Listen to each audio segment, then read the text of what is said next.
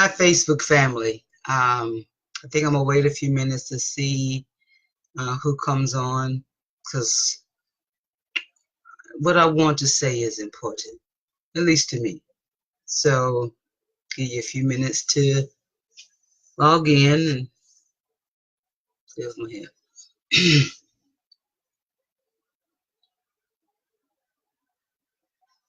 Okay, last week sometime I made a post, a tribute to my 100-year-old great aunt.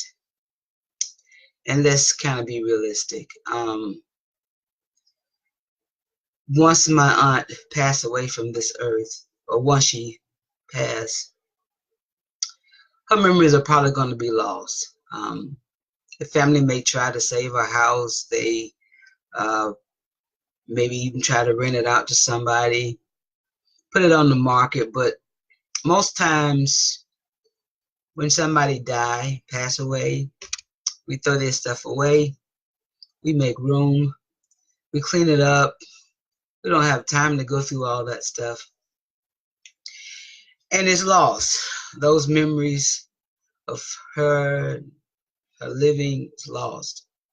The post I made, of course, was about how she taught herself to sew and became a seamstress and worked for Richmond Brothers until she retired. The sad part is if we don't find a way to save those memories, we won't be able to pass them on. She still has that sewing machine, by the way. And I was trying to talk to her about using it to put with her story and to preserve it. But this is what I want to talk about today.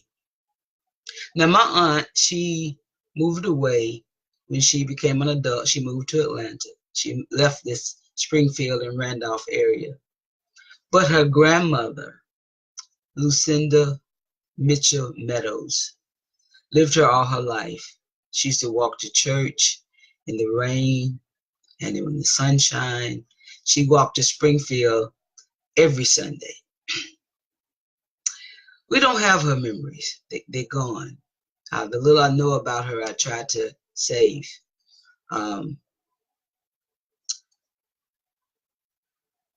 One thing we're trying to do with the Springfield building is have a place where we can store those memories. Art museum to have the history of the school. The school itself has a lot of history, from the voters registration, the core group that met there, the sewing plant. It has a history of its own. Even the fact that it's shaped in a Rosenwald building, that is a knotty pine, 4 teachers classroom with an auditorium built during the Depression. That in itself is history.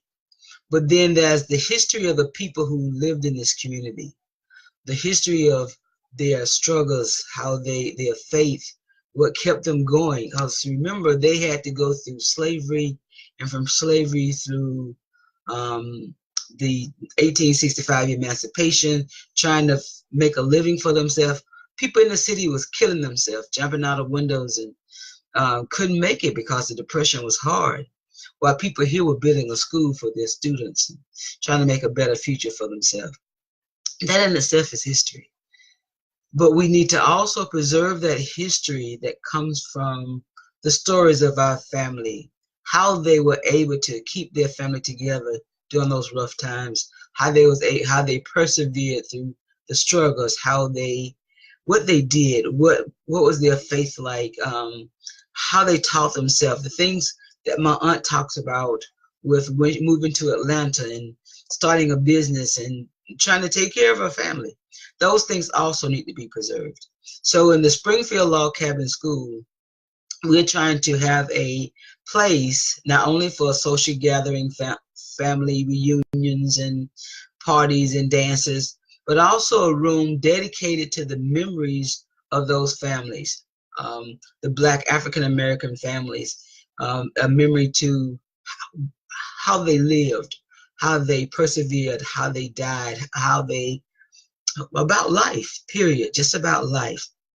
We want to be able to save those memories, the audio, the videos. We want to be able to document them, the stories, some of the artifacts. We want to keep those together so that family members can come, not even family members, anyone can have access and be able to come here and see those and hear those and read those stories and be able to understand and share a part of that history with those who may never know.